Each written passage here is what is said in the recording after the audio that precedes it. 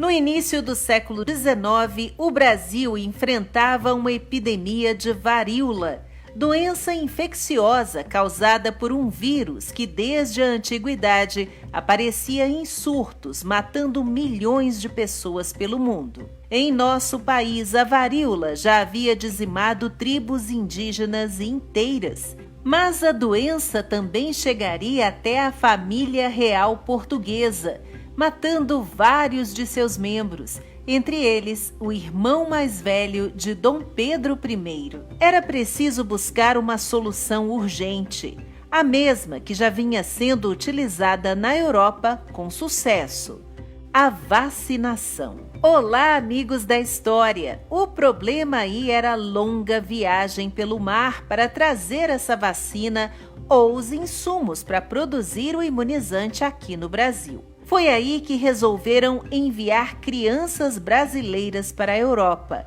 crianças escravizadas, usadas como cobaias. Em Portugal, elas seriam vacinadas e, quando voltassem, a imunização ocorreria por meio de um método chamado de braço em braço. É preciso lembrar que a vacina da varíola era feita a partir do pus extraído das feridas contaminadas das pústulas das vacas com a doença. Uma iniciativa desse homem, Edward Jenner, um médico britânico que trabalhava na zona rural. Ele começou a observar que as pessoas que lidavam com o gado tinham resistência à varíola e queria entender por que elas não adoeciam. E foi então que descobriu. Na verdade, o que acontecia é que essas pessoas já tinham sido, sim, infectadas, só que com uma versão mais leve do vírus, a mesma que atacava os animais. Foi aí que o médico teve a ideia de retirar o pus ou a linfa desses bovinos e inocular nos humanos, que passariam a desenvolver apenas a forma benigna da doença. E assim estava inventada a vacina em 1796.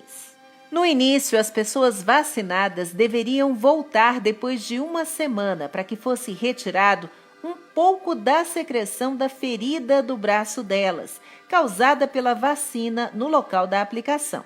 O material coletado então era usado para produzir mais vacinas para mais gente, e assim por diante. Mas para que essa técnica chegasse ao Brasil, a vacina teve que ser transportada no braço das pessoas, de crianças pretas escravizadas. Elas eram enviadas para a Europa e retornavam imunizadas. Quando estavam em alto mar, o pus era extraído delas, chegando aqui ainda fresco, em condições de uso. Se esse material fosse trazido direto de Lisboa, acabaria perdendo a validade na viagem de mais de 40 dias de barco. De acordo com o escritor e pesquisador Paulo Resutti, autor de vários livros sobre a história não contada do Brasil colônia e império, foram comerciantes baianos que decidiram importar o pus vacínico da Europa. Primeiro enviaram 7 meninas e meninos pretos como cobaias para trazer a vacina de Lisboa para a Bahia. E a partir de 1805, esse mesmo método passou a ser utilizado para transportar a vacina nas próprias terras da colônia, como revela o historiador Filipe dos Santos Portugal, autor de um estudo sobre esse tema, que explica como um certo número de pessoas, geralmente escravizadas, eram enviadas até o local de origem da vacina e depois vacinadas, braço em braço, até que ela chegasse ao destino. Além disso, os donos de escravos tinham interesse em vacinar, já que o tráfico negreiro era um dos maiores disseminadores da varíola.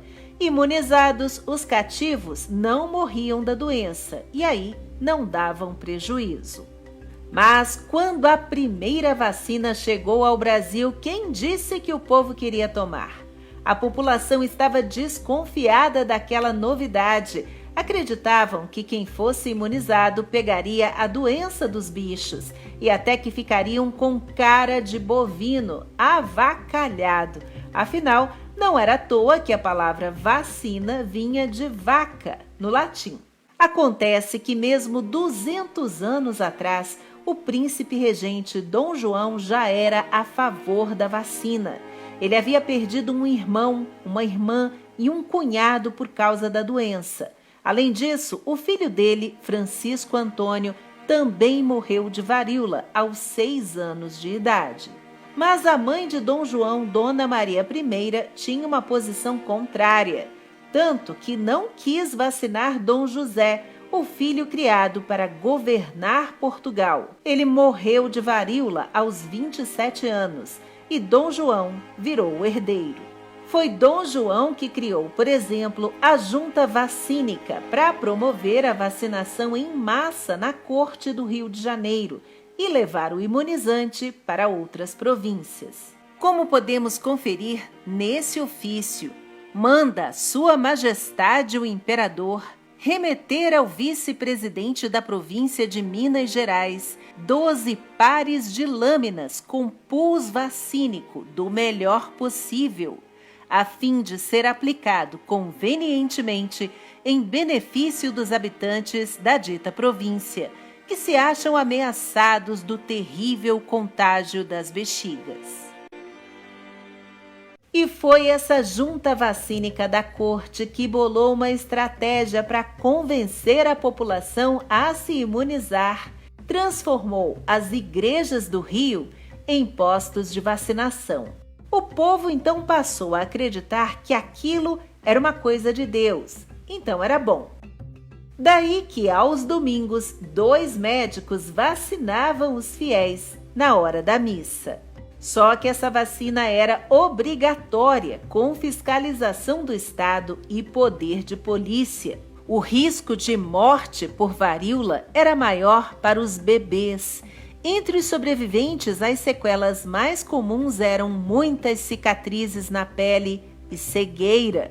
Com as campanhas de imunização, em 1980, a doença foi considerada erradicada no mundo. Se você gostou desse vídeo, por favor, deixe o seu like e considere se inscrever no canal para acompanhar as novidades. E até a próxima, com uma história a mais.